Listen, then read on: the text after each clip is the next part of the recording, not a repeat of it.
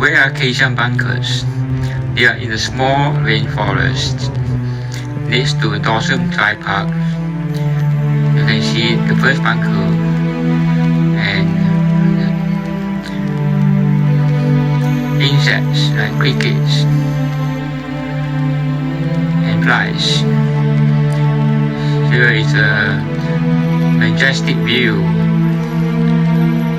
of the most spectacular bunker, overgrown by mature fig trees or banyan trees, as well as other plants like palms or ferns. It's a refuge for our biodiversity.